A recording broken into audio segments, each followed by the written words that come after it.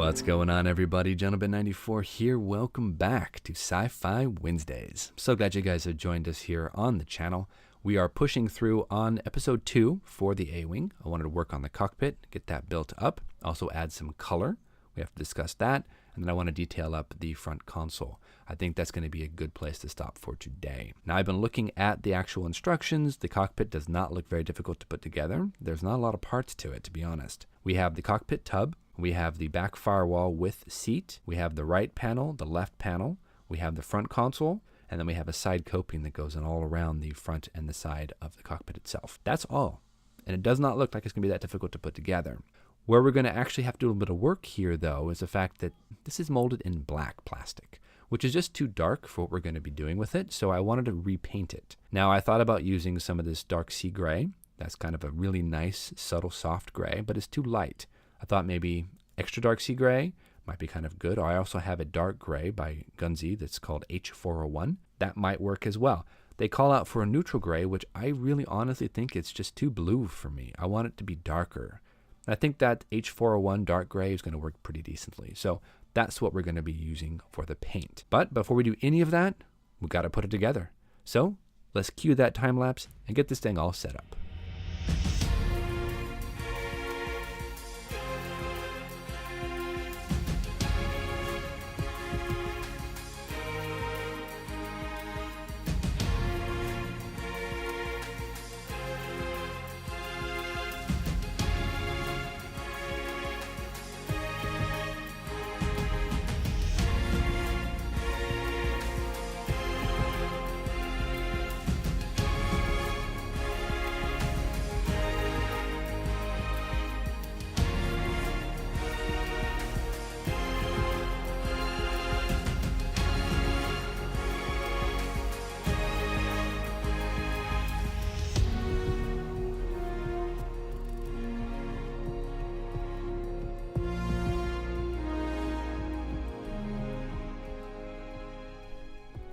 So that looks great. The cockpit is actually super detailed. I'm really impressed with Bandai. Their plastic is really, really nice.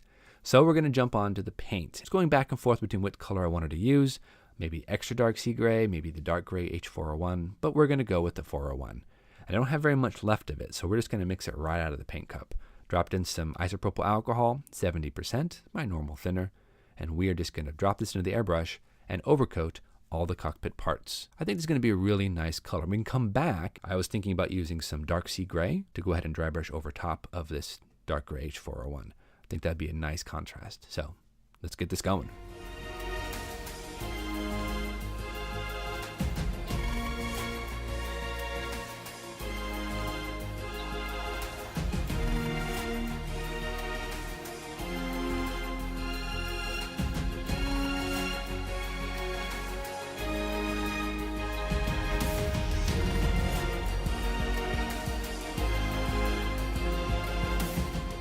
I really like that color. It looks awesome. So what we're going to do now is I'm going to go ahead and fine tune and detail paint a lot of these little areas. Now the front of the cockpit has an instrument panel and the side consoles have raised details. So I think we can do a really nice job of subtle kind of weathering, get these different panels kind of picked out. Got some flat black. I want to do some dials and switches here on the front console. We have a couple yellow switches as well as a red switch and then a yellow, I guess, indicator light of some sort. You can see it here in the instructions. There is a decal and a sticker for that, but I don't want to use those. So instead, we're just going to paint it.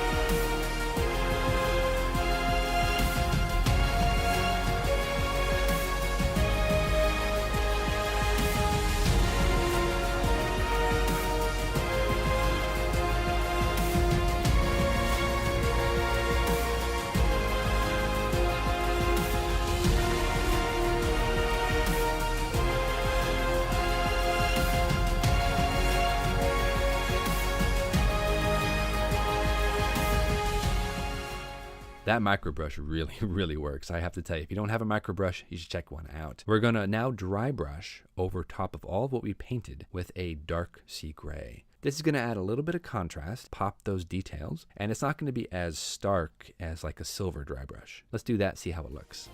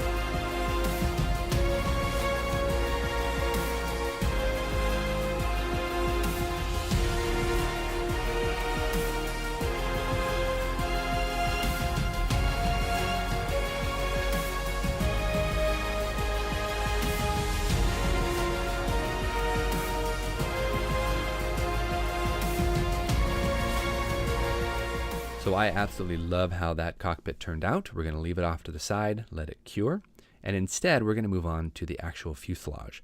Now there's a couple parts and pieces we need to go ahead and hook into the bottom section of the A-wing.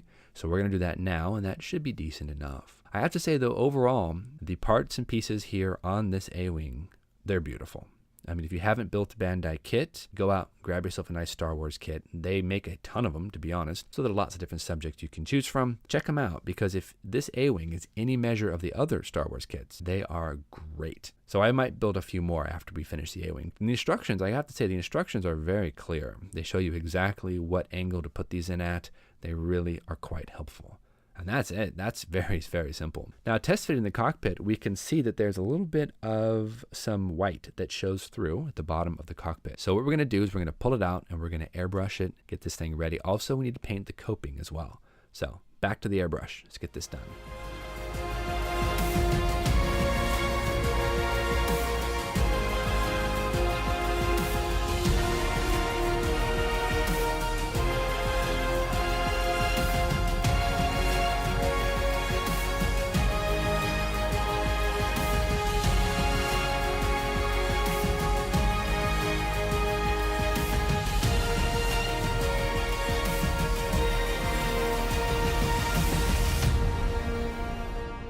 So we're going to go ahead and call it here for tonight, everybody. We have the cockpit in. I'm just going to press down the coping to make sure it's all nicely locked in.